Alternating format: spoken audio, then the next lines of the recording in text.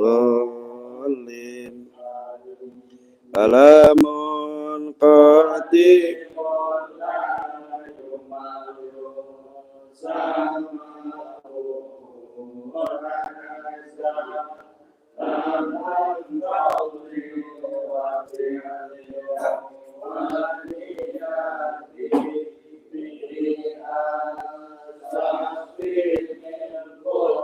Ita iwanuruh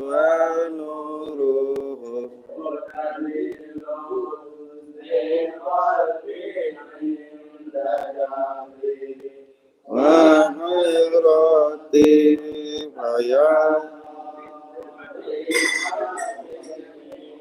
bisi hurufi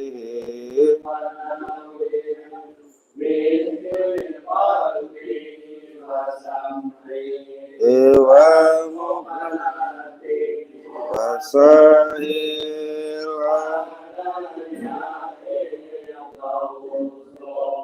matarsahu nabi Summa sahabati Qur'anuna min mu'jizatil Mustafa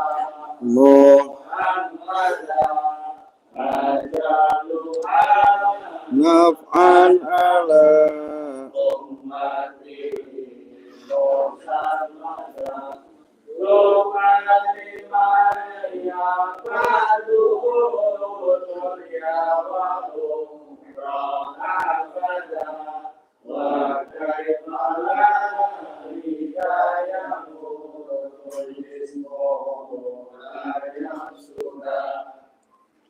Bismillahirrahmanirrahim. Melanjutkan pelajaran Aqidatul Awam. Aqidatul Awam.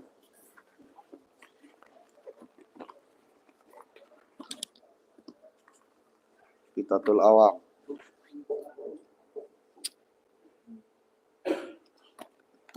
Sifat wajibnya Nabi dan Rasul sudah belum? Sudah nggih.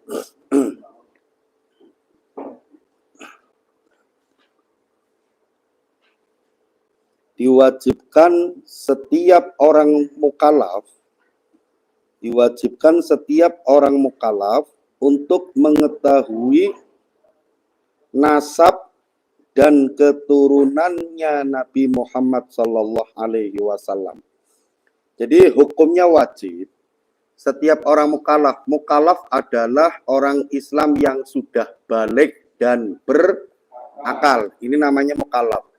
Karena ada orang yang balik tapi tidak berakal. Setiap orang yang mukallaf ini wajib mengetahui nasab dan keturunannya Nabi Muhammad sallallahu alaihi wasallam. Bagaimana kita mau dikatakan cinta kepada Nabi kita ketika nasab dan keturunannya Nabi kita tidak tahu. Ini kan repot sekali. Sampai terlena belajar fikih, terlena belajar baca Al-Quran. Tetapi pelajaran akidahnya kita jangan juga sampai ketinggalan. Kemarin sudah dijelaskan arti dan juga sifat wajib yang 20. Kemarin juga sudah dijelaskan sifat wajibnya Nabi dan Rasul. Nabi ini belum tentu Rasul. Kalau Rasul sudah pasti Nabi. Kemarin sudah dijelaskan. Jumlah Nabi di dunia ini ada 124.000.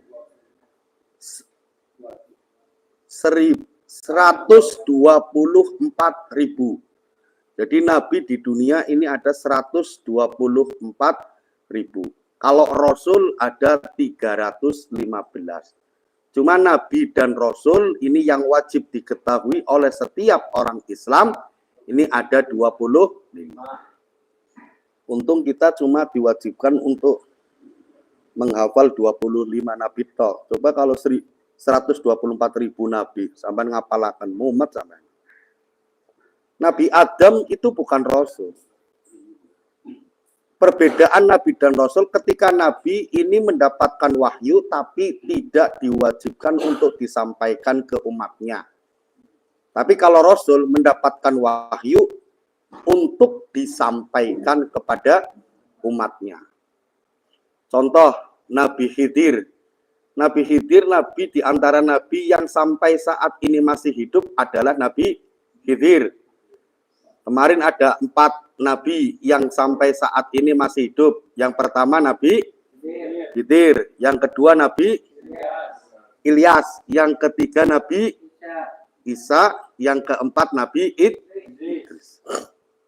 Ini sampai saat ini beliau 4 orang tersebut ini masih hidup. Nabi Khidir ini Nabi tapi bukan Rasul. Perbedaannya Nabi dan Rasul, kalau Nabi ini mendapatkan wahyu untuk diri sendiri, tapi kalau Rasul mendapatkan wahyu untuk disampaikan kepada umatnya. Jumlah Nabi ini ada 124.000, jumlah Rasul ada 315.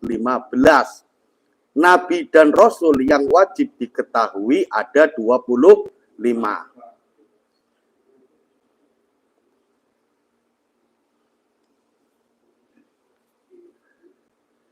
Tidak dikatakan cinta Nabi Muhammad jika orang mukallaf, orang Islam yang balik dan berakal, ketika tidak mengenal nasab dan keturunannya Nabi Muhammad Sallallahu Alaihi Wasallam. Sampean harus tahu, minimal namanya itu tahu. Putra putri Nabi Muhammad semuanya berjumlah 7 orang. Putra putrinya Nabi Muhammad semuanya berjumlah 7 orang. Iki pelajarannya bocah yang bada asar. Tapi seorang popong nyatane sampean yo. Sampean tahu itu kan waktu mau ujian tok. Putra putri Nabi itu ada 7.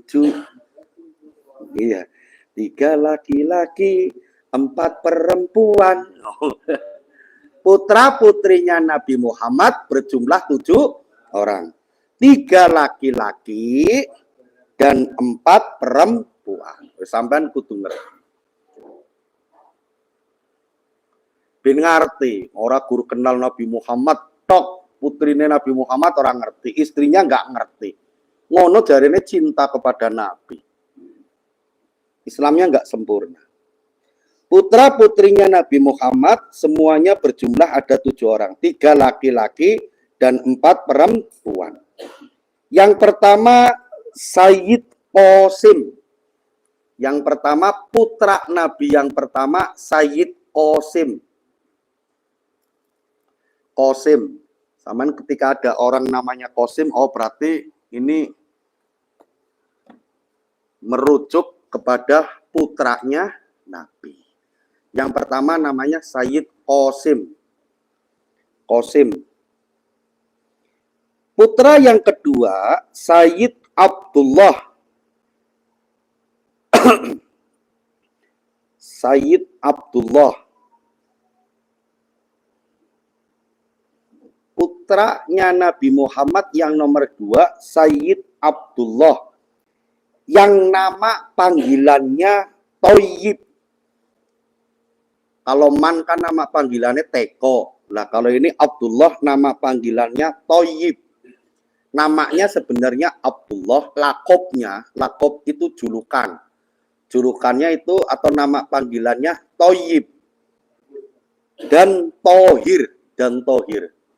Thohir itu aslinya namanya Abdullah. Cuma orang manggilnya Thayyib, ada yang manggil Thohir. Thayyib itu bagus, Thohir itu suci, bersih.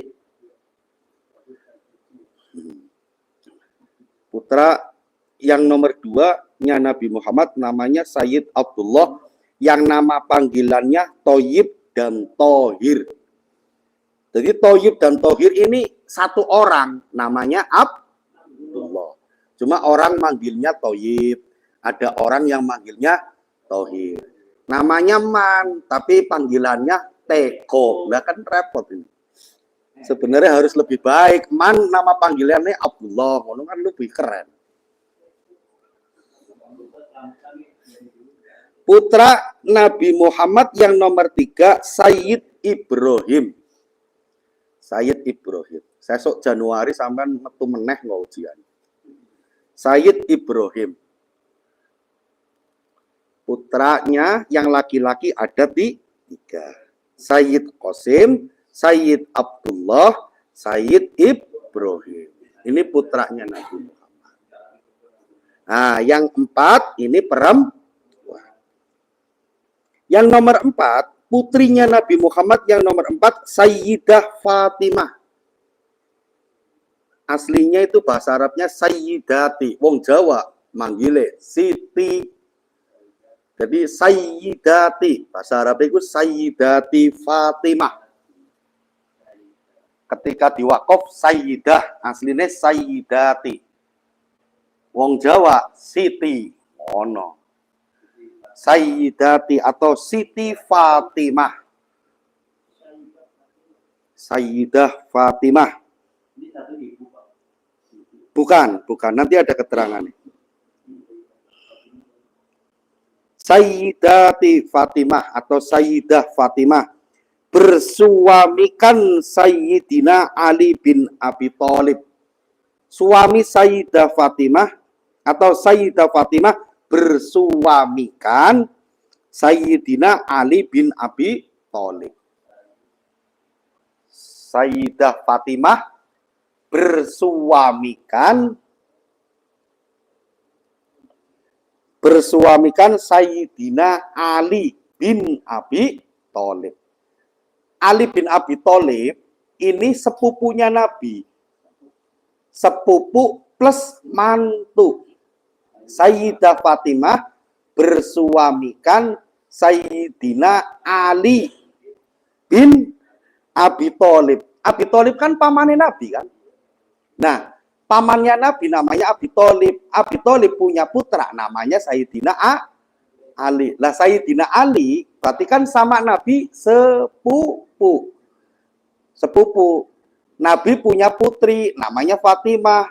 Sepupunya Nabi ini nikah dengan anaknya Nabi. Berarti Sayyidina Ali ini sepupu plus mantu. Ngono. Berarti Abi Thalib dengan Abdullah, bapaknya Nabi namanya siapa? Ah, Abi Thalib dan Abdullah ini berarti kakak beradik. Abi Thalib itu pamannya Abi Thalib punya anak laki-laki namanya berarti Ali dengan Nabi Muhammad ini Nah, Nabi Muhammad punya putri namanya Sayyidah Fatimah. Nikah sama dengan Sayyidina Berarti Sayyidina Ali ini sepupu plus mantunya Nabi. Bukan ponaan, sepupu. Sepupunya Nabi nikah. Nah, berarti kayak Teko nikah sama temen itu kakak adik, nggak boleh. Anaknya Teko, anaknya Teko sepupunya berarti anaknya Teko kan? Nah, nikah dengan anaknya Min. Paham betul? Berarti sepupunan.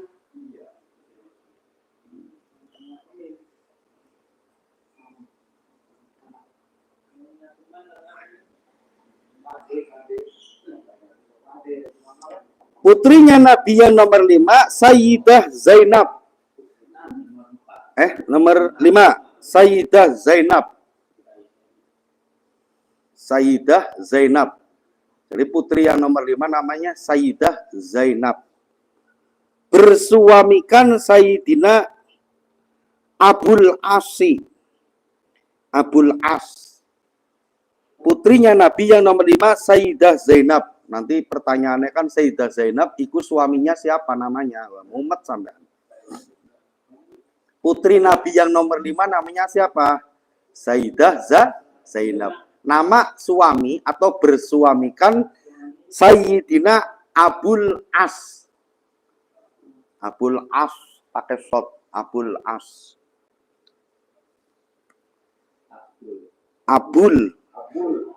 Abul As.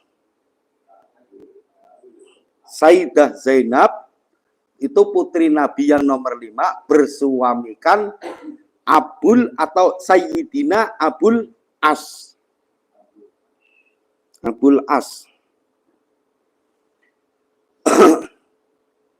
Putrinya Nabi yang nomor 6 Sayyidah Ruqayyah. Wah, sampean punya cucu jenenge Siti Ruqayyah, keren. Ruqayyah bukan Rohaya, Ngomarkonah. Sayyidah Ruqayyah. Ruqayyah. Banyak yang namanya Ruqayyah. Ruqayyah bersuamikan Sayyidina Utsman. Sayyidina Utsman itu yang jadi khalifah yang nomor 3. Abu Bakar, Umar, Utsman, terus Ali. Sayyidah Ruqayyah bersuamikan Sayyidina Utsman bin Affan. Utsman bin Affan. Ya kalau pas tarawih nih kan bilale kan Al-Khalifatus Salis Sayyidina Utsman bin Affan. Ngono. Jawabannya itu lakopnya karomallahu wajhah. Kan 4 sahabatnya Nabi kan Abu Bakar, Umar, Utsman, dan Ali. Abu Bakar, Umar, ya. Abu Bakar, Umar, Utsman itu radhiyallahu an. Sahabat dadi mantu. Kalau Ali bin Abi Thalib ini sampai jawabannya karomallahu wajhah. Sesuk yen traweh, yen masih ada umur yang traweh kalau pas Al-Khalifatu Rabi kan gitu kan yang nomor 4 Sayyidina Ali bin Abi Thalib karomallahu wajhah. No. Bukan radhiyallahu an kabeh. Karomallah, sampean catat nggih, kalau Sayyidina Ali ini karomallah, jawabannya karomallahu wajhah. Karomallahu wajhah. Nah, iki keterangan umurnya sing belum nanti tanya mau Ustaz Putar. Kalau keterangan umurnya di Aqidatul Awam belum ada. Ya kayak Pak Sido sampean berkawan dengan Pak Edi kan belum tentu satu umur. Jadi gini loh.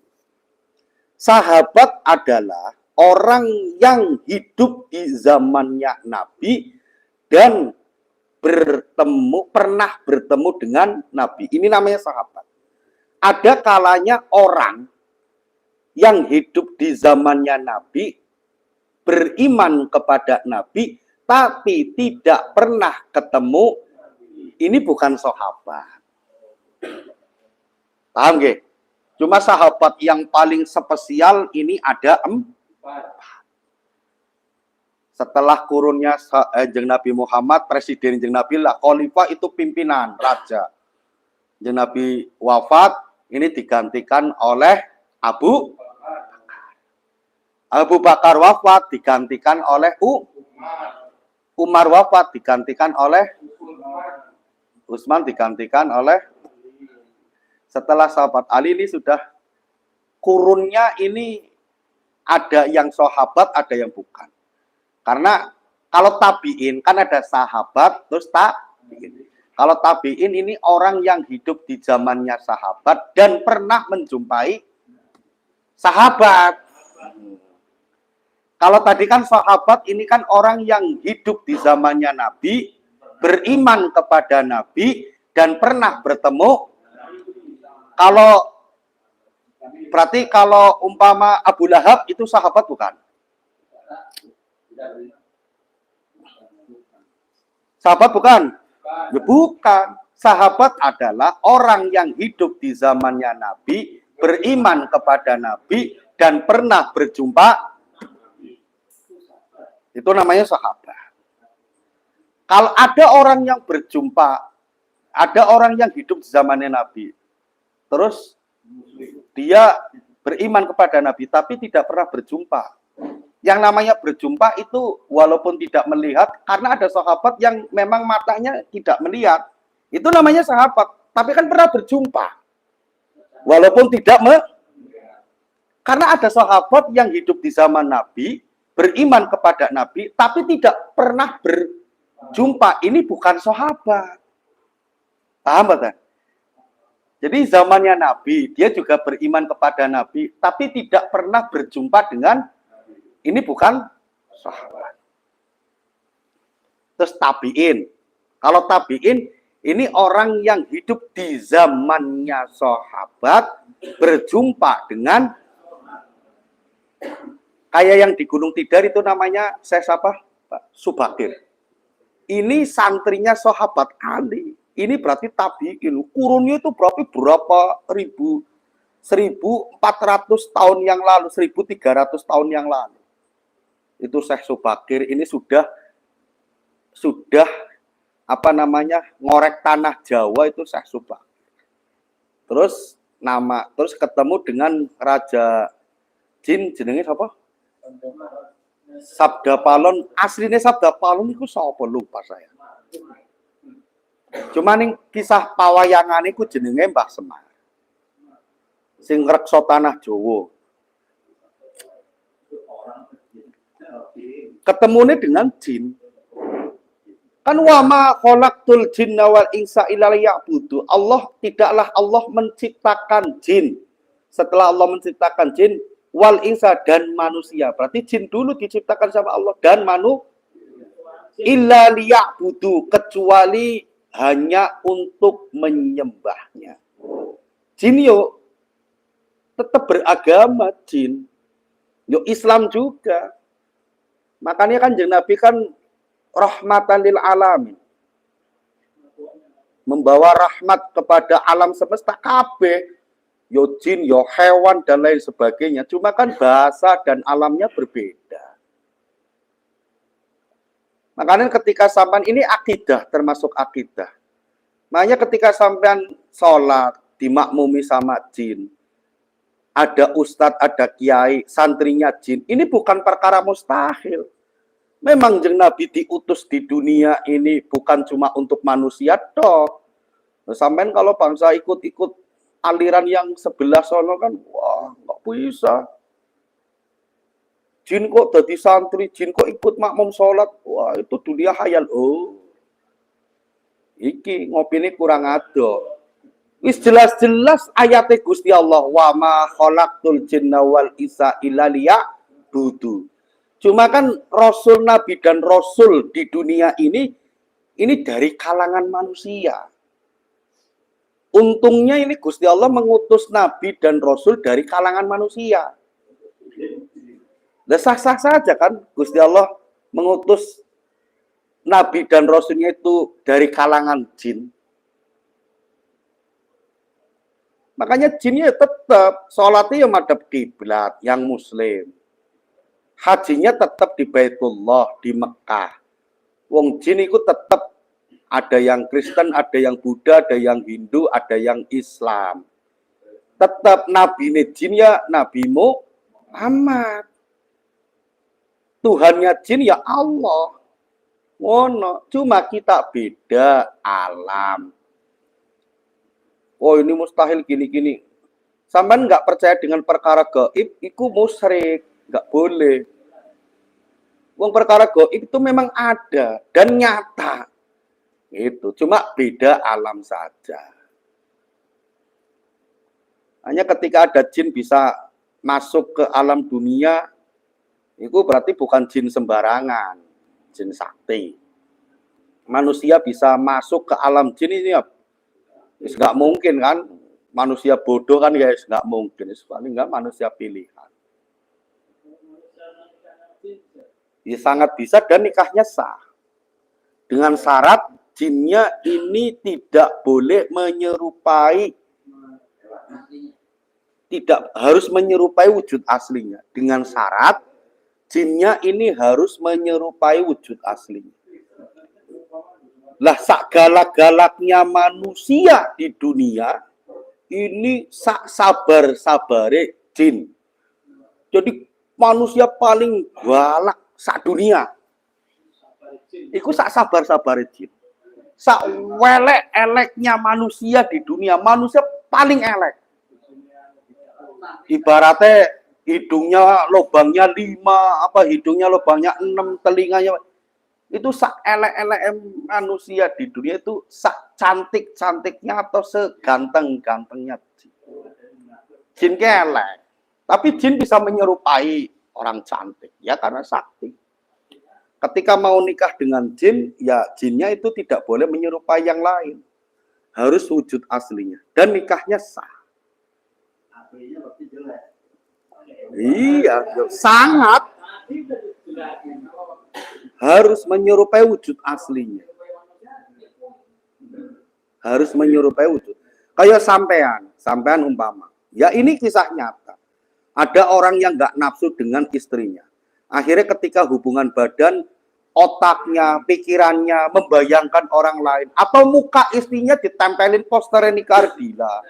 Atau posternya, iya, itu nggak boleh. Wong lagi satset-satset sampai bojo malah otaknya mikirnya nggak boleh. Nikah dengan jin ini sah. Sah, nikah dengan jin itu sah.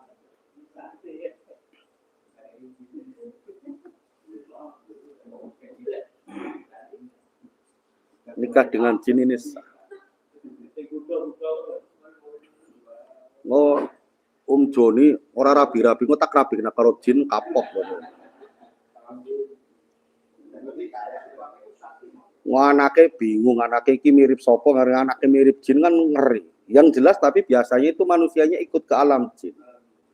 Biasanya.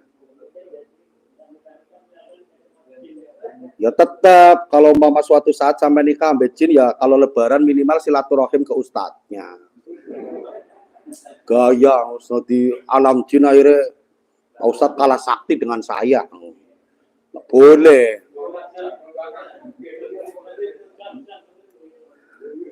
Mendadak nikah ambil jin, Ustadz kalah sakti sama saya. Saya nggak mau ngaji lagi. Kalau bisa ya ponakan-ponakan istrinya yang jin itu diajak ngaji. Ya karena memang sampai sekarang pun di Lirboyo itu masih ada santri jin. Sampai sekarang. Itu buktinya itu siapa? Sabda Palon sama Syekh Subakir.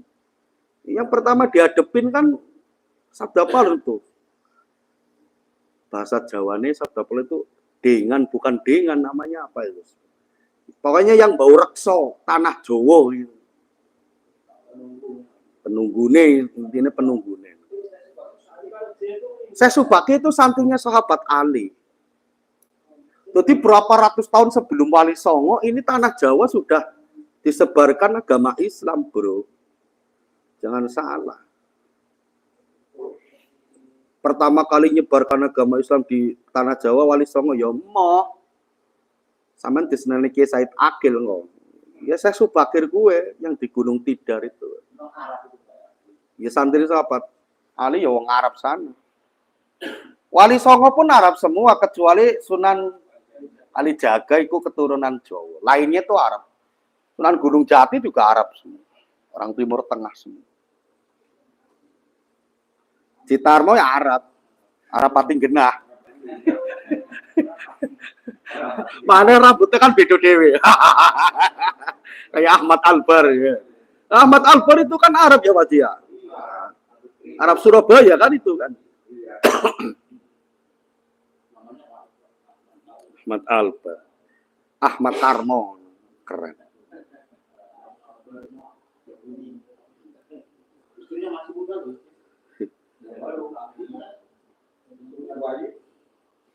Yeah.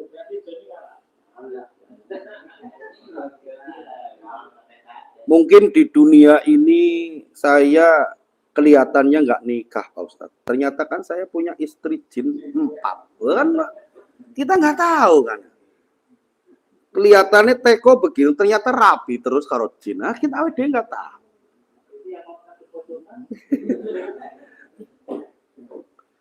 Masalahnya sah dan itu nyata. Dan sampean harus iman, memang harus percaya, memang jin itu ada. Cuma beda alam. Tapi harus dibedakan jin dengan iblis. Menungso sing jahat yo iblis, jin sing jahat ya iblis. Iblis itu jin jahat.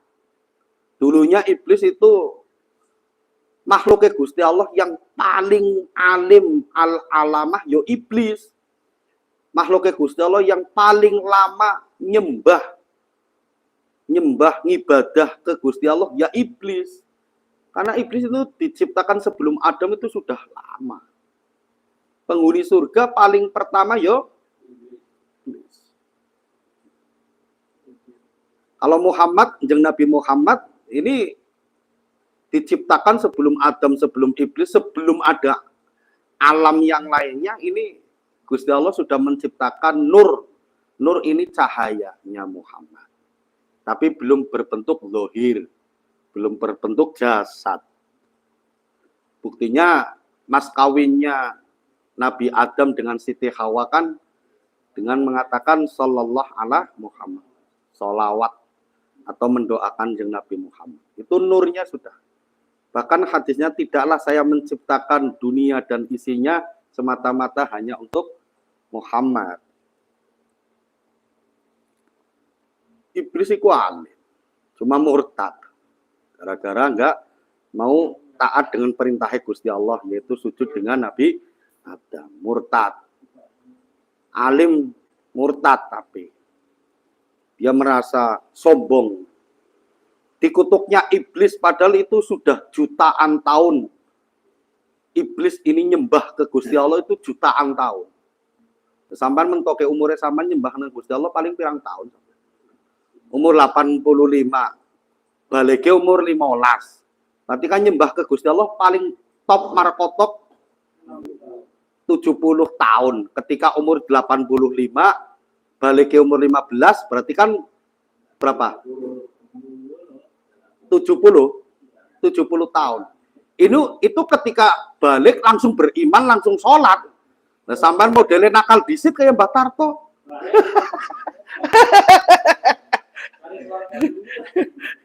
Nah, iblis ini dilaknat sama Allah sampai keturunannya. Ini karena apa kesalahannya? Sombong itu kan tadi kan. Takabur. Adam tercipta dari tanah, saya dari api. Lebih mulia saya daripada Adam. Karena sifat sombong. Padahal ibadahnya jutaan tahun. Dan pernah merasakan nikmatnya surga. Itu iblis. Lah sampai ngibadah aja jarang, ini sombong. Nah ini, apa yang disombong? Iblis itu ibadahnya iblis nggak ada lawan. Gara-gara punya sifat takabur, punya sifat sombong, ibadahnya tetap. Nah jutaan tahun ibadah, cuma punya sifat sombong, dilaknat sama Gusti Allah, dikeluarkan dari surga sampai anak turunnya. Punya sifat sombong, terus padahal masih ibadah. Tapi gara-gara punya sifat sombong, dilaknat. Lawe dewe, kadang ibadah, kadang enggak. Sombongnya iya. Belum pernah ngerasakan surga, sombong. Kadang sudah ada ngapling-ngapling surga. Lah niku. Karena sombong, hati-hati. Sombong itu kan di hati. Kata khusu ngajar mulang, tapi artinya ternyata takabur. Kabeh itu goblok. Kabeh itu. Coba kalau nggak ada saya, orang masih sesat semua. Itu kan sombong. Kelihatannya ustadz. Kelihatannya nakal. Ibadah sholat Jumat ya gur seminggu sekali. Tapi artinya ku ikhlas. Ikhlas. Ya kan kita nggak tahu. Jadi Dewiku kalau mengatakan sombong ya kita nggak tahu tuh. Sombong itu yang dinamakan sombong itu bagian. Cuma kan az-zahir tadulu 'alal batin. Zahir itu menampakkan batinnya. Kalau penampilan ini biasanya batinnya begini kan gitu kan. Kayak contohnya nyemir rambut kan yang haram kan cuma hitam. Yang haram cuma mau coklat, mau merah, mau hijau, itu nggak haram. Bahkan ketika di kitab Is'adur Rafiq, hijau dan merah ini sunnah. Iya. Semir hijau semirnya orang muslim, semir merah semirnya orang mukmin. Ini di dalam kitab Is'adur Rafiq. Cuma kan orang sekarang itu kan disalahgunakan. Ketika semir itu kelihatannya nah, atau mungkin apa namanya tasabuh, kayak kelihatan kayak Ronaldo, kelihatan kayak wong-wong sing non muslim. Man tasabbaha biqaumin fahuwa minhum. Barang siapa menyerupai kaum yang bukan orang Islam, fahuwa minhum, maka orang tersebut sebagian darinya. Ya sampean yen arep nyemir mana besok jam 7 di situ arep nyemir hijau. Lah sekarang ngomong sunnah kan. Wah tak niati sunnah. Hijau, engko dina Rebo, dina Kamis merah, Jumat coklat, Sabtu separuh hijau, separuh coklat, separuh putih. Nah kalau diniati sunnah, nggak ada takabur, nggak ada riya, nggak ada sombong, ya dapat pahala. Cuma kan kadang awet dewe kan nyemir hijau, nyemir merah karena niatnya itu sudah takabur, ben maco, ben. Nah ini yang nggak boleh. Nah, akhirnya repot kan gundul baik. Makanya ketika ada orang semir merah, hijau dan ya sampai nggak perlu apa namanya suudzon terlebih dahulu. Ternyata memang itu dia menjalankan sunnahnya Nabi. Dan hal yang semacam ini supaya tidak apa namanya tidak putus dan supaya orang itu tahu hukum ya hendaknya sampai lakukan. Contoh orang nggak pernah yang namanya sholat duha, belas sa-RW atau sa-kelurahan Ragunan nggak ngerti yang namanya sholat duha. Ya sampean akhirnya ngerti sholat duha ke hukumnya sunnah, fadilahnya begini. Hendaknya jenengan kerjakan. Lah semir ternyata sunnah, ya hendaknya jenengan kerjakan. Pak Ustadz duluan, enggak sampean dulu. Yang penting kan diniati sunnah. Yang keren kan Haji Tarmo. Kalau diniati kesunahan, dan jenengan lihat habaib Sayyid itu kan. Jenggote, terus kadang rambutnya juga warna merah itu kan. Ya sampean ngomong, oh dasar Sayyid Habib anak pang. Ya orang. Yang haram ini yang kita. Berpahala. Pahala. Yang penting jangan diniati takabur ya. Ben kayak artis ini. Ya yang paling keren Haji Tarmo kuwi. Sesuk dilakoni. Akhirnya kan banyak pertanyaan. Loh kok Haji Tarmo kok gini. Oh, ini menunjukkan akhirnya orang tergugah. Oh ternyata semir itu nggak apa-apa warna merah. Buktinya Haji Tarmo ada semiran. Nah itu kan begitu kan. Nah, termasuk siar. Saya soal di situ. Katanya pengen ngelakoni kesunah. Pak Ustadz, sunah yang lainnya itu banyak. Esok wi warna abang. Ya aja nggak malah abang nggak cat kuda terbang malah adu sora sah nggak malah.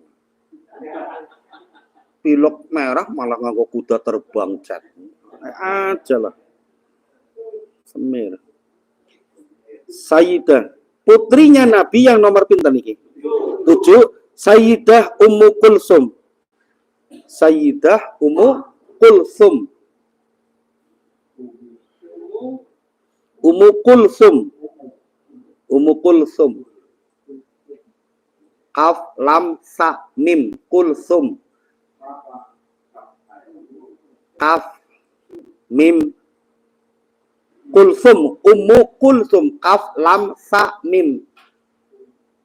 Kaf lam Ummu Kulsum. Sa pakainya sa, Ummu Kulsum. Bersuamikan Sayyidina Utsman sesudah Ruqayyah wafat. Bersuamikan Sayyidina Utsman. Sayyidina Utsman istri pertama kan Sayyidah Ruqayyah kan, kakangnya Ummu Kulsum. Bersuamikan Sayyidina Utsman sesudah Ruqayyah wafat.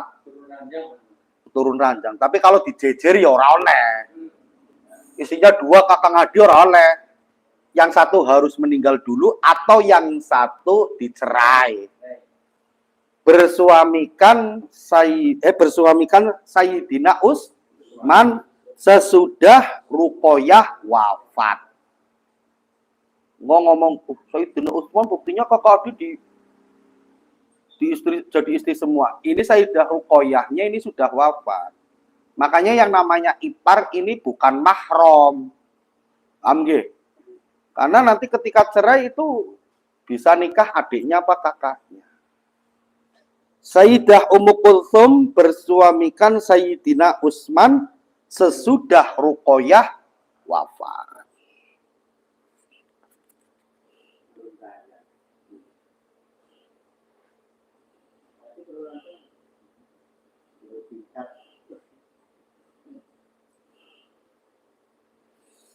Semua putra-putrinya Nabi Muhammad, semua putra dan putrinya Nabi Muhammad, yang ada 7 itu, semua putra dan putrinya Nabi Muhammad,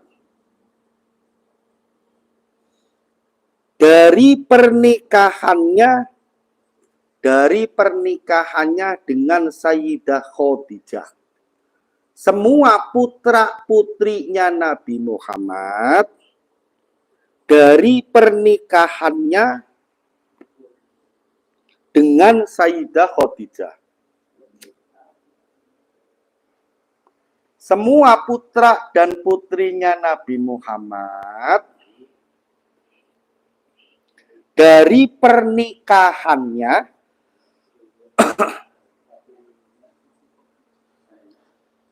dengan Sayyidah atau Siti Khadijah. Kecuali Ibrahim. Kecuali Sayyidina Ibrahim dari pernikahannya dengan Maryah Qibtiyah. Maryah Qibtiyah itu dari apa namanya? Kalau Ustadz Muhtarom ngatain apa? Bukan istri tapi apa namanya? Selir. Kecuali Sayyidina Ibrahim, berarti sing 6 iku putra-putrine dari Sayyidah Khadijah. Kecuali Sayyidina Ibrahim, Ibrahim itu putranya Nabi yang nomor 3. Kecuali Sayyidina Ibrahim dari pernikahannya dengan Maryah Qibtiyah. Kalau Sayyidina Ibrahim ini ibunya Maryah Qibtiyah. Maryatul Qibtiyah. Kecuali Sayyidina Ibrahim dari pernikahannya Maryatul Qibtiyah. Qibtiyah, Qibtiyah. Maryatul Qibtiyah. Jadi ibunya putra-putrinya Nabi Muhammad semuanya tuh dari Siti Khadijah. Kecuali ibunya dari Maryatul Qibtiyah. Wes. Jadi dari istrinya Nabi yang 11, ini yang punya keturunan cuma Sayyidah Khadijah dengan Maryatul Qibtiyah. Yang 9 tidak. Janda semua. Janda dan beranak. Tapi kan bukan anaknya jeng. Paham ya? Jadi 7 putra-putrinya jeng Nabi Muhammad ini selain Ibrahim ini dari istri Siti Khadijah.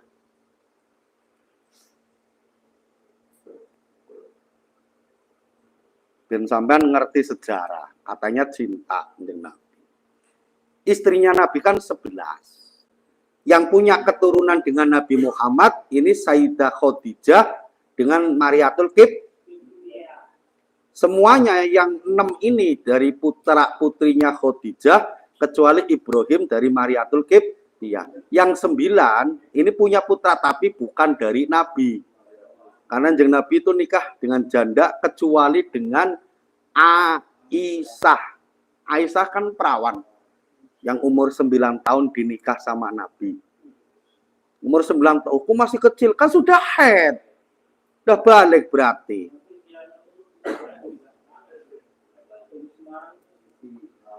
Sebenarnya kalau secara agama waktu Syekh Puji itu nikah secara agama itu sah. Cuma kan yang ngutik-ngutik Kak Seto itu dari pelindungan anak. Karena Kak Seto itu bukan orang muslim. Jajal sampai ning Madura. Umur 9, umur 10 wis nikah iku akeh. Yang penting kan sudah head. Berarti kan sudah balik kan? Mana umur 9 tahun itu SD anak kelas 3 itu umur 9 tahun. Hati-hati. Itu sudah balik yang sudah head tapi loh ya. Ternyata salaman sampai yang. Ya sampean batal kan. Jajal nih Cianjur ya Pak Yandia. Banyak. Umur 30 udah punya cucu banyak banget.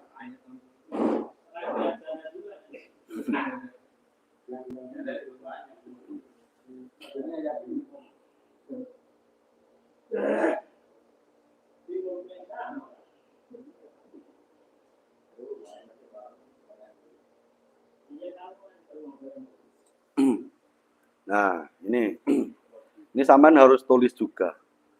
Semua putra putrinya Nabi Muhammad tidak ada yang memiliki keturunan. Sampean tulis.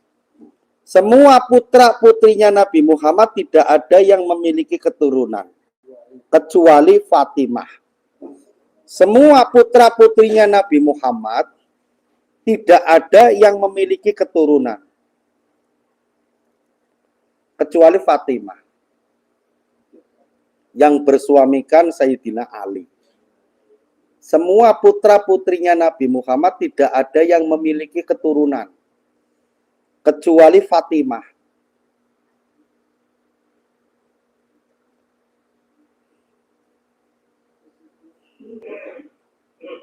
Kecuali Fatimah. Kecuali Fatimah yang bersuamikan Sayyidina Ali. Kecuali Fatimah yang bersuamikan Sayyidina Ali. Berarti kalau bicara tentang nasab laki-laki, ini jeung Nabi nggak ada. Makanya kan Bani Abu Thalib. Kan gitu kan. Kalau berbicara nasab kan dari pihak laki-laki kan. Lah kan ini kan yang punya keturunan kan dari pihak perempuan. Anak perempuannya jeung Nabi yang nikah dengan Sayyidina Ali. Lah Sayyidina Ali kan bapaknya Sayyidina Ali siapa? Abu Thalib.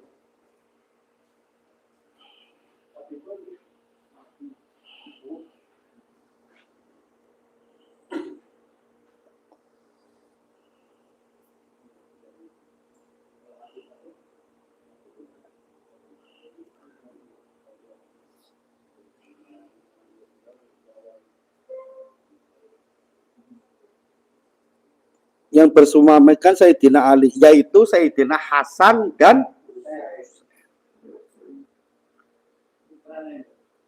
iya, berarti cucunya Nabi, Sayyidina Hasan dan Husain. Ini meninggalnya juga keren. Sayyidina Hasan ini dipenggal, Sayyidina Husain ini diracun dengan istrinya. Serem itu meninggalnya. Yaitu Sayyidina Hasan dan Husain. Sayyidina Hasan ini meninggalnya itu dipenggal.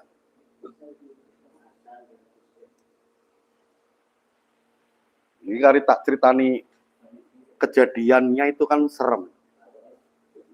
Setelah dipenggal, perang, kepalanya putus, nggak tendang-tendangan.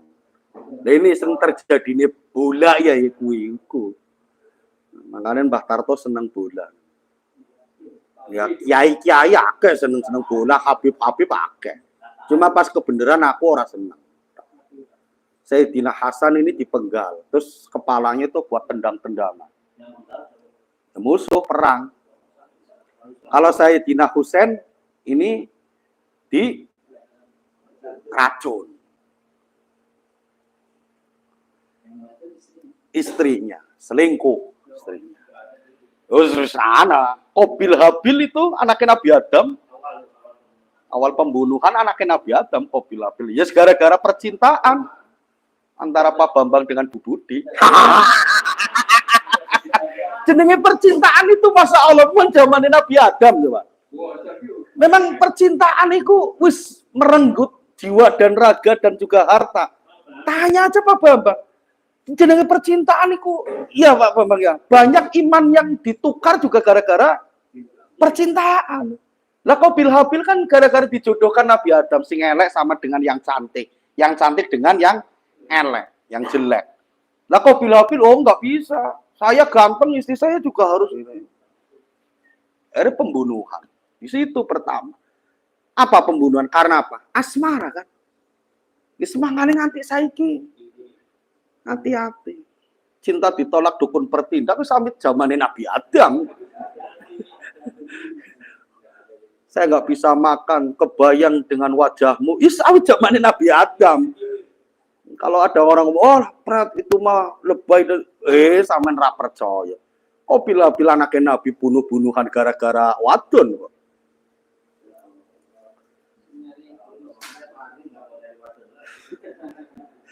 Memang percintaan itu yang paling mengerikan bahasa percintaan. Iya. Karena dijanjikan nanti ketika itu Sayyidina Husain, Hasan Husain itu kan ekonominya kan kurangan. Nah itu dijanjikan sama raja. Nanti kamu kalau umpama nikah dengan saya, kamu akan saya nikah jadikan permaisuri. Yang membunuh sahabat Ali itu, bapaknya Hasan Husain, yang membunuh sahabat Ali, sepupunya Nabi plus mantunya Nabi. Orang yang pertama kali beriman dengan Nabi siapa? Yang pertama kali mlebu Islam. Siapa? Pertama kali. Ya sahabat Ali kuwi. Jadi yang membunuh sahabat Ali itu namanya Abdullah bin Muljam. Itu orang yang ibadahnya malah guru Al-Quran. Yang lisannya paling fasih. Ya kan? Yang lisannya itu baca Al-Quran di antara para sahabat yang paling fasih itu Abdullah bin Muljam. 24 jam itu ngibadah. Ada perbedaan pendapat Abdullah bin Muljam dengan sahabat Ali. Yang akhirnya ketika saya membunuh dia, ini sama halnya jihad. Ini zaman jeneng Nabi itu sudah ada. Sing ngebom apa ya wong sing ora salat, salat rajin. Iya kan? Hafal Quran, jenggotnya dawa-dawa gede-gede teman. Sing model ora jenggot-jenggotan paling kan mentok-mentokin nakal paling mendem. Ora sampai mateni wong kan. Coba, Abdullah bin Muljam ini sahabat yang lisannya paling fasih. Bahkan diutus oleh Nabi untuk mengajarkan makhraj. Karena dulu zaman sakmono Abdullah bin Muljam itu belum ada, sudah ada mushaf apa belum? Saya lupa saya. Karena ada mushaf kan Utsman sebelum Ali kan itu. Bahkan sahabat Abdullah bin Muljam ini diutus oleh Nabi untuk mengajarkan Al-Quran. Ibadahnya paling jos. Lisannya untuk membaca Al-Quran paling fasih. Tapi qadarullah yang membunuh sepupunya Nabi dan menantunya Nabi, yaitu sahabat Ali karamallahu wajhah, ini meninggal di tangan Abdullah bin Muljam. Karena apa? Karena perbedaan pendapat. Yang menganggap ketika perbedaan pendapat orang yang beda dengan saya, ini harus dimusnahkan dan pasti salah. Zaman saiki ngono ora. Tahlilan bid'ah halal darahnya, orang begitu nggak usah ya zamannya Ahok itu kan orang begitu, kalau nggak dukung, kalau orang yang dukung Ahok nggak boleh dimandikan, nggak boleh disolatkan. Goblok itu. Kalau zaman sahabat Ali itu sudah ada. Orang yang mengatakan semacam itu kan biasanya yang khusu-khusu, yang Qur'annya fasih-fasih, ya kan? Yang dikit-dikit, masya Allah, alhamdulillah, tabarakallah, kan ngono kan, barakallah. Tapi sing biasanya jancuk ngono kan biasa saja. Ana antum akhi. Abdullah bin Muljam, ini contohnya. Orang yang paling fasih baca Qur'annya, yang rajin ibadahnya. Dia menghabiskan malam untuk sholat, untuk tadarus Al-Quran. Tapi ternyata yaitu punya hati itu busuk. Punya hati busuk. Mending dohirnya Pak Tarto, dihancur, tapi hatinya baik. Nah, kita kan nggak tahu. Perbedaan pendapat, merasa dirinya paling benar. Saingan saya ini berarti musuh saya dan halal darahnya. Ini kan repot. Ini Abdullah bin Muljam ini sampai diutus sama Nabi untuk mengajarkan Quran. Yang ngutus Nabi. Pilihan Nabi kan nggak mungkin salah. Kenapa? Nggak mungkin salahnya dalam lisannya maksudnya. Bukan sifatnya. Karena memang lisannya itu luar biasa.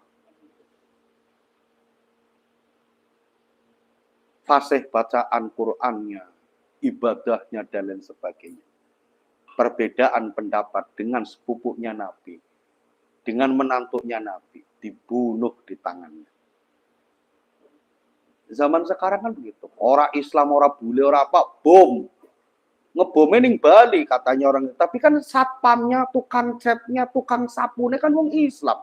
Di zaman ngebom gereja, tukang rumputnya gereja wong Islam apa wong Kristen jajal. Satpamnya loh wong Islam.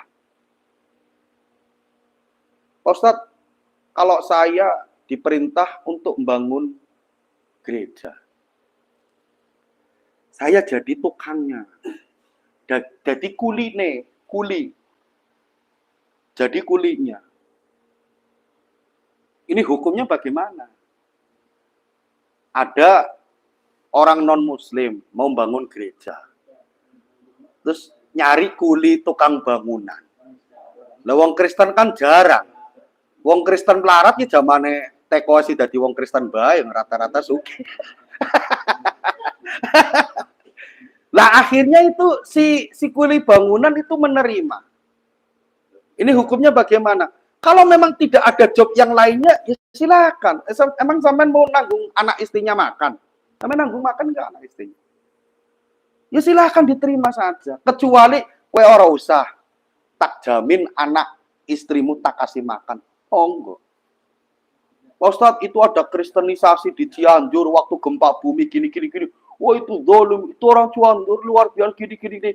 Goblok. Yang goblok itu orang Islamnya. Kita sebagai orang Islam itu sebenarnya malu kan.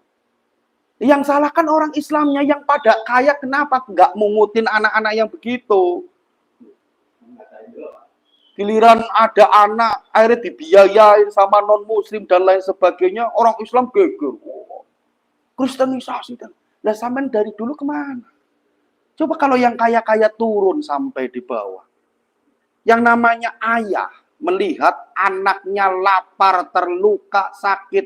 Jangankan suruh nukur agama. Nyawa pun mungkin bisa jadi taruhannya. Iya kan? Namanya seorang ayah. Melihat anaknya miskin, melihat anaknya lapar, sakit. Jangankan suruh pindah agama. Wah, itu imannya tipis. Lah sampean yang imannya tebal, yang duitnya kaya kemana, bro? Kan begitu kan. Yang salah itu kita. Oh, wong Islam malah melu kerja nang gereja gini, malah jaga gereja.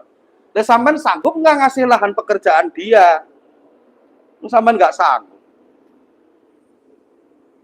Emang duitnya wong Kristen emang haram? Nyatanya sampean tuku ning Cina, kerja ning Cina kan? Sampean tuku rokok ning Cina juga. Emang ketika dikasih sama orang Cina, kasih beras, kasih roti, kasih kecap, emang haram? Haram enggak? Ya enggak. Kan keyakinannya saja. Unjeng Nabi saja itu, tanggane jeng Nabi juga bukan orang Islam semua kan? Waktu jeng Nabi masih hidup, apa di sekelilingnya jeng Nabi itu orang Islam semua? Umpamane dewe loh, Abu Lahab juga bukan orang Islam. Jadi santai saja. Cuma beda keyakinan. Urusannya mereka dengan Tuhannya. Kalau masalah syiar, ya kita sudah syiar. Yang bisa membolak-balikan hati, yang bisa ngasih hidayah kan bukan sampean. Tapi kan Gusti Allah. Meskipun RT 6 tinggal di samping masjid, ya memang Gusti Allah belum ngasih hidayah, ya nggak bakalan. Dan sampean juga nggak usah bangga, sampean jadi orang Islam. Islam sampean keturunan. Coba kalau sampean dilahirkan dari orang non-Muslim, ya belum tentu sampean Islam. Iya kan? Makanya nikmat yang paling terbesar adalah nikmat iman dan usah gaya. Sampean bener jari dewe. Dadak sholat id, sholat Jumat, jalan ditutup. Nah, ini kalau jalan ada orang sakit, orang mau melahirkan, terus jalanannya ini ditutup. Orang yang sakit menjadi mati. Orang yang melahirkan menjadi keguguran. Gara-gara jalannya ditutup orang sholat Jumat. Sing dosa sapa? Ya pengurus masjidnya. Kan jelas dalam ilmu fikih kan ketika masjid ini sudah tidak bisa nampung jamaah sholat Jumat, maka di sampingnya mendirikan Jumatan ini boleh. Darul Khair umpama sampai ke jalanan, terus Al-Amanah mendirikan sholat Jumat, ini boleh. Dengan alasan masjidnya sudah tidak bisa nampung. Alasan itu banyak. Secara fikihnya sebenarnya secara asal usulnya memang satu balad, satu kelurahan harus satu Jumatan, satu masjid. Tapi kan ada furu'iyahnya, ada alasannya masing-masing. Jauh, boleh dirikan sholat Jumat. Sholat Jumat ini syarat sholat Jumat ini tidak ada kata-kata harus di masjid, kan nggak ada. Ada sholat Jumat wajib di masjid? Nggak ada. Kalau Syafi'iyah paling 40. Banyak ulama-ulama yang Syafi'iyah tapi tidak tapi tidak muktabaroh yang mengatakan 2 orang sholat Jumat sah juga ada. Artinya ketika kita sebenarnya tahu hukum dan bisa menerapkan itu ringan sekali. Wah harus dipaksa-paksa sholat Jumat sampai meluber ing dalan-dalan. Istiqlal kosong malah sholat Jumat di Monas. Dikit-dikit takbir Allahu Akbar. Giliran ngantuk turunnya di Monas. Pengen pipis malah di masjid. Ngantuk turunnya di masjid. Jumatnya di Monas. Ki opo? Sing imami Habib ya. Boleh. Kalau kita tahu hukum kan kita akhirnya hidup kita itu gampang sebenarnya. Kok Ustaz sono mendirikan sholat Jumat? Ya nggak apa-apa, di sini sudah nggak nampung. Nggak apa-apa. Oh di kantor sana gini-gini, ya nggak masalah untuk mempermudah orang kantor. Tapi kan bukan penduduk situ. Tapi kan ada yang memperbolehkan. Minimal itu ada yang memperbolehkan. Ngono paling pena. Wis mentok-mentoknya syukur-syukur sholat Jumat ngono kan. Nah sekarang umpama kita bikin kita buka lahan di lahan transmigrasi. Kan nggak harus orang 40 kan. Terus di situ nggak ada sholat Jumat akhirnya. Kalau menurut mazhab Syafi'iyah, enggak. Dan sholat Jumat harus di darat. Terus ketika kapal yang berlayarnya sampai tahunan, sampai berbulan-bulan, ada kan kapal ikan yang berlayarnya sampai 1 tahun, 2 tahun baru. Ya mau mendirikan sholat Jumat monggo, enggak pun enggak dosa, maksudnya begitu. Kayak orang musafir. Orang musafir kan tidak disyaratkan sholat Jumat. Tapi kalau dia musafir mau sholat Jumat kan sah juga kan. Tapi tidak mengesahkan sholat Jumat. Paham betul maksudnya? Yang disyaratkan 40 ini jangan dihitung musafirnya maksudnya. Tapi kalau musafir ikut sholat Jumat, sah. Tapi tidak disyaratkan. Disyaratkannya tetap bangga sholat duhur. Orang di kapal. Kan sholat Jumat kan di daratan kan. Di antara syarat sahnya kan sholat Jumat didirikan di daratan. Nah terus ketika ada orang berlayar tahunan, setahun baru mendarat, 2 tahun baru mendarat, belas orang tahu sholat Jumat, ya kalaupun mau mendirikan sholat Jumat tetap sah, tapi nggak mendirikan pun boleh. Kalau di darat kan bisa nggak bisa harus mendirikan kan, ngapain kan? Kayak musafir nggak sholat Jumat pun sah, sholatnya duhur. Tapi kalaupun mau sholat Jumat juga, tapi tidak mengesahkan jamaahnya, paham betul maksudnya? perempuan yang sudah adzun, sudah monopaus, ini lebih afdol sholat Jumat loh bro, daripada sholat zuhur. Nggak tahu kalau daerah Tasik, Tegal sih banyak. Jakarta saya belum pernah lihat. Perempuan yang sudah monopaus, ini afdolnya sholat Jumat daripada sholat zuhur. Monopause ini sudah tidak haid. Kalau ada perempuan yang sudah tidak haid, sudah monopause, dan sudah tidak menimbulkan syahwat, karena ada perempuan yang sudah monopause, tapi menurut Mbah Tarto sih cantik, ini tidak disyaratkan sholat Jumat. Yang sudah monopause dan sudah tidak menimbulkan syahwat, nggak tazin, nggak pakai wewangian, ini malah lebih afdolnya sholat Jumat daripada sholat zuhur. Gua aneh wong sholat wong wedok tua sholat Jumat gua sampean protes. Ngajine bendino. Protes dikira bener, protesnya ternyata malah salah besar. Oh wedok kok sholat Jumat loh iki. Yang ngaji ngantuk-ngantuk. Kecuali perempuannya masih aktif, maksudnya masih haid, masih subur, ini tidak boleh. Ngono loh, ngono. Kalau sudah masih subur, masih cantik, apalagi pakai tazin berhias, ini tidak boleh. Jika sudah adzun ki wis tuwek, wis meh jompok. Nah, terus tidak menimbulkan syahwat. Cara wong delok Mbah Tarto nyawang ya alah wis peot ngono. Umpamanya udah begitu. Dan tidak tazin, tidak berhias, enggak pakai wangian. Ini lebih afdol sholat Jumat. Tapi syaratnya tetap dia sudah monopaus, tidak berhias. Jadi nanti ini kan ilmu, pengetahuan. Jadi suatu saat ketika jenengan lihat ada perempuan sholat Jumat, nggak usah heran, karena ini lebih afdol jika perempuan ini sudah monopaus, sudah tidak menyahwatkan, tidak memakai wangi-wangian. Ini kan ilmu. Oh, dadak katanya santri madrasah Hidayatul tadi. Ada perempuan sholat Jumat protes. Wah, ini sesat. Iki yang ngaji ora diringokno. Boleh. Sholat Jumat. Nah, ini suatu saat harus diterangkan. Karena ini kan ilmu, walaupun jenengan di daerah kita nggak ada, tapi kan ini ilmu pengetahuan. Yang namanya pengetahuan kan nggak harus dilaksanakan. Nyatane semir merah, semir hijau itu juga ilmu sampai nggak melaksanakan. Ngoten. Oh, kari bojone sampean wis tuwa kon salat Jumat. Diajak bar.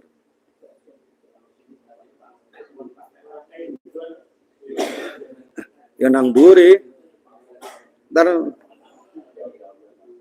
Ini sholat Jumat ini dianjurkan. Kalau terawih jamaah malah tidak ada anjuran. Kalau terawih sholat jamaah ini tidak ada anjuran. Selama hidupnya Nabi Muhammad sampai meninggal, apa Nabi Muhammad sholat terawih jamaah? Saya tanya. Nabi Muhammad pernah nggak sholat terawih berjamaah sampai beliau wafat? Pernah nggak sholat terawih berjamaah? Kalau jawab nggak tahu repot. Sama beriman kepada Nabi Muhammad, pernah lihat nggak Nabi Muhammad? Repot. Nggak ada. Sahabat Abu Bakar tidak. Sahabat Umar. Salat tarawih berjamaah emang ada itu anjuran. Malah wong wedok pada salat tarawih jamaah. Ini kadang yang salah kaprah.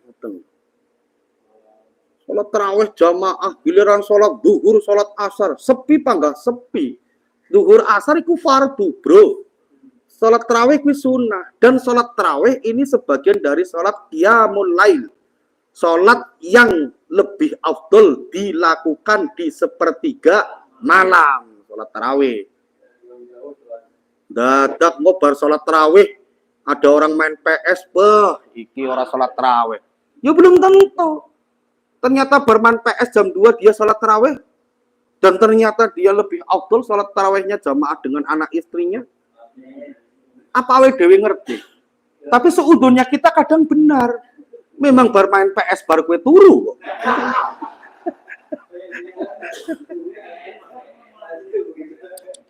Berani sampai mengatakan sholat tarawih itu bid'ah. Sholat tarawih jamaah itu bid'ah. Bid'ah itu apa? Bid'ah yang tidak dikerjakan dengan Nabi dan sahabat. Berani? Ya enggak. Ya kalau saya tetap nggak berani, bid'ah ya bid'ah. Tapi kan bid'ah hasanah. Apa jeung Nabi Muhammad terus baca Quran? Enggak ada mushaf. Ada mushaf kan setelah sahabat Utsman baru ditulis. Nah ini yang harus kita tahu, ilmu pengetahuan. Tapi jangan mentang-mentang udah nggak usah sholat tarawih. Kata Pak Ustadz ini bid'ah. Emang Nabi Muhammad pernah jamaah? Repot sampean. Maksud saya ini ilmu pengetahuan, ngono lho maksudnya. Yang mendirikan sholat tarawih berjamaah pertama kali kan sahabat Umar. Setelah sholat Isya ini para sahabat ada yang ruku, ada yang berdiri, ada yang lagi sujud. Jadi sholat itu dedewe sholat tarawih. Akhirnya ayo daripada ribet ini dewe jadikanlah jamaah. Nabi Muhammad makanya kan perbedaan pendapat salat tarawih 23 kan hadis dari Sayyidah Aisyah. Istrinya Nabi yang memang melihat Nabi Muhammad ini 20 rakaat yang 3 witir. Dan Saman ketika membaca kitab Bukhari Muslim yang menerangkan sholat tarawih ini 11 rakaat plus witir. 11 rakaat termasuk witir. Ini bukan di bab sholat tarawih, tapi di bab sholat witir. Buka hadisnya. Tuh kitab saya sebegitu banyaknya. Nggak ada yang mengatakan sholat tarawih 8 rakaat 3 plus witir. Adanya itu di bab sholat witir. Maksimal sholat witir ini 11 rakaat. Saman sholat di Masjidil Haram, kalau sing sudah pernah sholat subuhnya kunut enggak? Kunut enggak sholat subuh? Sholat tarawihnya 20 rakaat, 3 plus witir. Sampai enggak ya sholat di 8-11 rakaat. Yang enggak kunut saja sholat tarawihnya 23 rakaat plus witir, tapi ya bersama witir. Mekah sholat tarawihnya kan 23 rakaat. Padahal enggak kunut, enggak tahlilan, bro. Iya kan? Yang ada sholat tarawih 8 rakaat di Indonesia dan Malaysia. Sama ngelok ning Turki ning Yaman nggak ada. Oh, Ustadz kata siapa? Ya, saya bertahun-tahun di Yaman nggak ada. Dan di dalam hadis kitab apapun mengatakan sholat tarawih 11 plus witir ini di bab witir, bukan bab sholat tarawih. Nggak ada. Kalau di bab tarawih semuanya mengatakan 20, ada yang mengatakan 36. Tapi mayoritas ulama mujtahid ini mengatakan 20, 3-nya witir. Tapi kan sholat tarawih walaupun cuma 2 rakaat ini kan dinamakan tarawih, bro. Sholat duha maksimal berapa rakaat, bro? Maksimal, saya tanya maksimal berapa rakaat? 8. Tapi nyatanya kan sama kali sholat duha kan cuma rakaat toh kan. Ketika 2 rakaat itu dikatakan sholat duha bukan? Duha kan. Dan sholat tarawih pun ketika 2 rakaat juga tarawih. Artinya nggak perlu diperdebatkan. Tapi kan mendingan lebih daripada kurang. Bener loh. Ternyata ini yang benar, ternyata yang 8, kita kan 20. Malah lebih. Lah ternyata yang benar ini 20, lah yang 8 11 itu mau melu sopo gitu. Tapi kan kita walaupun cuma 2 rakaat ini sudah dikatakan sholat ini santai saja. Mau ngopo Pak Ustadz? Nyatanya Darul Khair tetap 11 kok. Ini sampean harus lihat maslahat dan madorot. Kira-kira ketika dirubah, ini madorot dan maslahatnya ini lebih besar mana? Ngono maksudnya. Ini namanya bijaksana. Paham betul? Kalau umpama dirubah akhirnya menjadikan perpecahan, ya sudah. Cuma kan ilmu pengetahuan tetap harus disampaikan. supaya tidak talfik. Talfik ini mencampur adukan madhab. Panjenengan sholatnya, rukun sholatnya, fardunya wudhu ikut Imam Syafi'i. Tapi giliran jumlah rokaat tarawehnya tidak ikut Imam Syafi'i. Ini namanya talfik. Talfik adalah mencampur adukan madhab. Ini yang tidak boleh. Yang nggak kunut saja di Masjidil Haram sholat tarawehnya 23 kok. Sampai yang kunut, yang tahlilan, yang yasinan malah gaya 11. Wis rapopo. 2 rakaat saja itu juga masih sholat sholat duha 8 rakaat, nyatanya sama sholat duhanya juga 2 rakaat, mentok-mentoknya 4 rakaat. Sholat qobliyah ba'diyah duhur berapa rakaat? 4. Tapi sampai nih nyatanya biasanya ya 2 rakaat. Qobliyah 2 rakaat, ba'diyahnya 2 rakaat kan. Terus qobliyah ba'diyahnya sah, ya sangat sah. Sama sholat tarawih cuma 2 rakaat, habis itu langsung pergi ngopi dan sebagainya. Ya nggak masalah, tetap mendapatkan sholat tarawih. Terus yang semacam itu harus dikerjakan Pak Ustadz? Ya jangan. Mendatang ngomong kata Pak Ustadz 2 rakaat juga sholat tarawih. Ini namanya ilmu pengetahuan. Jadi sampai nggak mudah menyalahkan. Gaya sama sholat tarawih. Pulang sholat tarawih ada orang lagi main gitar, lagi main PS. Ya wong tarawih kok malah gini. Sholat tarawih itu sholat qiyamul lail. Afdolnya ini di sepertiga malam kalau qiyamul lail. Dilaksanakan sepertiga malam. Kadang malah sama sholat tarawih yang dikerjakan tapi ba'diyah isanya nggak dikerjakan. Ini kan yang haho. Ba'diyah isya dengan tarawih itu jelas-jelas dari pahalanya, dari fadilahnya. Ini lebih besar ba'diyah isya daripada tarawihnya. Habis sholat isya, nggak ba'diyah isya, malah sholat tarawih. Ini kadang, haho. Ini ki, wong ibadah niku harus disertai dengan ilmu. Sing ngono iku kudu dieling-eling. Ingat-ingat. Salat ba'diyah isya. Bar ba'diyah isya sama arep turu, arep mangan, arep apa kok tarawih nanti sebelum sahur sambil nunggu sahur nggak apa-apa, itu lebih afdol. Tapi kan hendaknya kan diisi waktu yang namanya Ramadan kan. Diisi waktu dengan kegiatan-kegiatan yang positif, kegiatan-kegiatan yang memang mendapatkan pahala, karena pahalanya kan ketika ibadah bulan puasa kan berlipat ganda. Kegiatan yang positif. Kalau main PS itu dinyatakan kegiatan positif, monggo. Saya kan alasan main PS, Pak Ustadz. Ini untuk wadah silaturahim, bagus. Kalau bisa PS-nya ada 8 atau 10. Ini ajang silaturahim. Nah kita kan nggak tahu kan. Yang akhirnya sebenarnya nggak tanya, nggak apa, musuhan, akhirnya jadi main PS, akhirnya jadi akrab. Nah kita nggak tahu. Oh, berarti akrabnya silaturahimnya lewat main. Berarti kan ada hikmahnya juga. Nggak semua salah. Saat ini tak bela wikon. Sampean modelnya sukudon terus. Wong iki salah, iki salah. Yang menungsa iku al-insanu mahalul khata wan nisyan. Menungso ini tempatnya lupa dan salah. Manusia lurus terus, ngopi ora, mendem ora, judi ora, siut-siut ning wadon ya ora. Iku dudu menungso, malaikat. Haji situ mau nyanyi malaikat. Ngopi orang rokok orang deleng wadon ya ora. Kenal kakek Sugiono ya ora. Malaikat nyanyi. Nggih, jadi pokoknya ini ngati, ibadah. Makanya kan tirakat sing paling abot kan tirakat hati. Makanya as-sukut minas salamah, meneng kuwi selamat. Diam itu menandakan selamat. Ya bukan berarti akhirnya jadi kayak patung biksu Buddha meneng bae.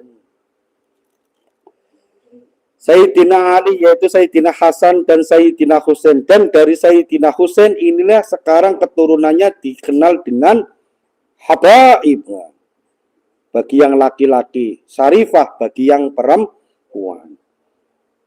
Itu sayyid, padahal sebenarnya itu sayyid, bukan habaib. Habaib itu lakob. Habib artinya apa sih? Orang yang dicintai kan. Hubbu, habib itu orang. Tapi sebenarnya itu sayyid.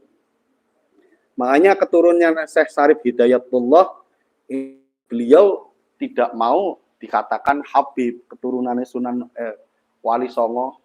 Ini rata-rata kan tidak mau dipanggil Habaib. Tapi memang kayak Sayyid Maliki. Itu Sayyid bukan Habaib. Terus kalau masalah nasab, ae dhewe melu ikut Mbah Yai saja. Kalau Mbah Yai kan prinsipnya Mbah Yai, kita kan lihat apa ketika amaliyahnya alim ya kita menghormati ilmunya. Kan gitu. Ya kalau memang itu salah, ternyata benar itu masih keturunan Sayyidina Ali, kita kan nggak tahu. Sama nur sampai lumelus, mendingan belajar wudhu, sholat, ngono malah lebih enak kan. Masalah Habib ini itu nyatanya sampan ya orang duwe kanca Habib kok. Duene Habib Dwi. Soro sampai melu-melu. Ya, jadi artinya kekhusyuan ibadah kita ini jangan sampai kayak Abdullah bin Muljam. Lisannya fasih, ibadahnya luar biasa, tapi hatinya busuk. Karena perbedaan dia tega membunuh sepupunya Nabi dan membunuh mantunya Nabi. Ini kan luar biasa. Wis kira-kira Nabi Muhammad itu marah enggak mantunya dibunuh? Kan gitu. Lagi DE jari ini kan dia bisa memeluk agama Islam kan lantaran jeung Nabi Muhammad. Ya, malah mantune sepupune jeung Nabi Muhammad. Jadi yang membunuh sahabat Ali itu bukan orang non-muslim. Runtuhnya Islam itu bukan karena orang kafir, tapi dari orang Islamnya sendiri. Dikeluarkannya Nabi Adam, dikeluarkannya Siti Hawa. Ini bukan bujukan setan, tapi bujukannya iblis yang alim. Iblis yang taat beragama. Korupsi di negara kita, ini yang korupsi bukan orang bodoh, malah orang pintar. Islam pun semacam itu. Nanti ketika ada ustadz, ada para ulama, terus musuhannya beda pendapatnya dengan sama-sama ulamanya, sama-sama ustadznya, itu wajar. Tapi kan semuanya kan harus ada referensi dan harus ada dasar dan dalilnya. Bukan menurut otodidak, menurut saya. Ini namanya akhirnya kayak Abdullah bin Muljam kan menurut saya. Padahal Jeng Nabi kan sudah mengatakan kepada sahabat Ali, Ana Madinatul Ilmi wa Ali yubabuha. Saya adalah kotanya ilmu, kata Nabi. Wa Ali yubabuha. Dan Ali adalah pintunya ilmu. Jadi setelah Nabi, ini sahabat Ali yang menguasai Islam, yang menguasai tentang keilmuan Islam. Ini Nabi, setelah Nabi sahabat Ali. Abdullah bin Muljam itu sopo? Kok wani-wani karo wong alim ibaratnya. Alimnya Abdullah bin Muljam kan fasih lisannya saja. Cuma sholat jamaahnya saja kan. Tapi keilmuannya kan nol. Kadang yang hahu-hahu malah orang pada jamaah. Ya karena ngerti alim, karena ngerti alasannya. Abdullah bin Muljam kan cuma lisannya tok. Lisannya fasih. Ngibadah, dohiriyahnya fasih. Tapi keilmuannya nol gede. Nah biasanya yang ngikis Islam itu yang begitu. Yang dikit-dikit Quran, fasih, apal Quran. Wah Ustadz opo katanya di pesantren puluhan tahun, nyatanya juga agak apal Quran. No, nggak usah pesantren tapi hafal Quran. Memang zaman sekarang kan begitu. Makanya pernah santri Lirboyo pas safari Ramadan, pas PKN. Dulu di Jakarta Selatan, daerah sini. Coba azan. Kamu di Lirboyo berapa tahun? 9 tahun. Coba azan. Azan. Wah, kok azannya begini? Saya kira di Lirboyo 9 tahun kayak azannya di Mekah. Oh ya belum tentu, namanya suara, apa orang alim pasti suaranya keren? Ya enggak. Wong Kristen juga kari umpama suaranya enak, gon azan juga enak. hafal Quran dan lain sebagainya itu bisa selamat jika memang dijaga sampai meninggal dunia. Itu bisa selamat. Nggak bisa selamat ketika hafal Quran, ketika sholatnya nggak sah, rukun sholat nggak ngerti, darah haid, hitungan darah haid, darah istihadah nggak ngerti, itu kan repot juga kan.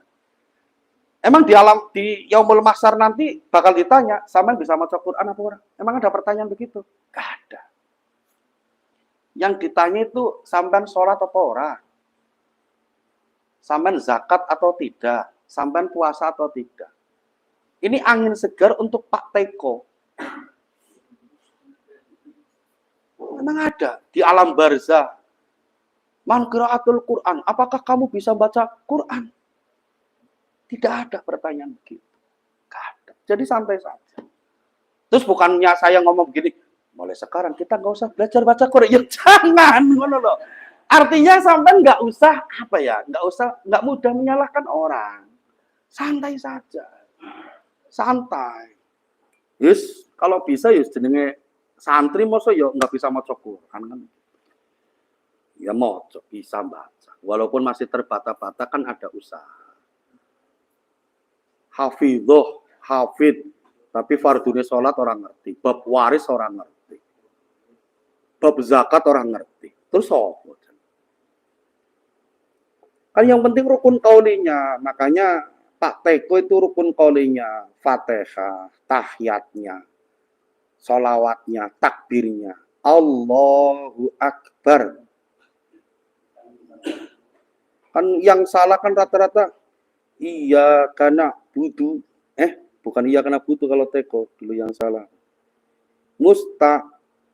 Bukan mustaqim, nin. Nggih, wis pokoke awake dhewe ngibadah tur disertai dengan lillah, disertai dengan ikhlas. Enggak usah menyalah-nyalahkan orang lain. Abdullah bin Muljam contohnya, sing bunuh sahabat Ali. Gara-gara beda pendapat, jelas ilmunya jelas lebih alim sahabat Ali. Gara-gara beda pendapat langsung dipateni, dibunuh sahabat Ali. Padahal jelas-jelas sahabat Ali itu alim. Yes, makanya sampean biasa. Sampean ngaji, biasanya yang protes itu yang nggak ngaji, yang nggak ngerti hukum. Sampean memerintahkan istrinya atau sampean pakai rambutnya di warna hijau, warna merah, gimana? Katanya ngaji warnanya hijau, rambutnya warnanya merah. Tapi kalau sampean alim ngerti hukum, oh keren. Haji Tarmo berarti menjalankan sunnah, rambutnya saiki warna merah. Tapi kan wani orang kan gitu. Nggih. Al-Fatihah. Bismillahirrahmanirrahim. Alhamdulillah. Ar-Rahmanir-Rahim. Iyyaka na'budu wa iyyaka nasta'in. Ihdinas siratal mustaqim. Siratal ladzina an'amta 'alaihim. Bila taufiq wal hidayah. Assalamualaikum warahmatullahi wabarakatuh.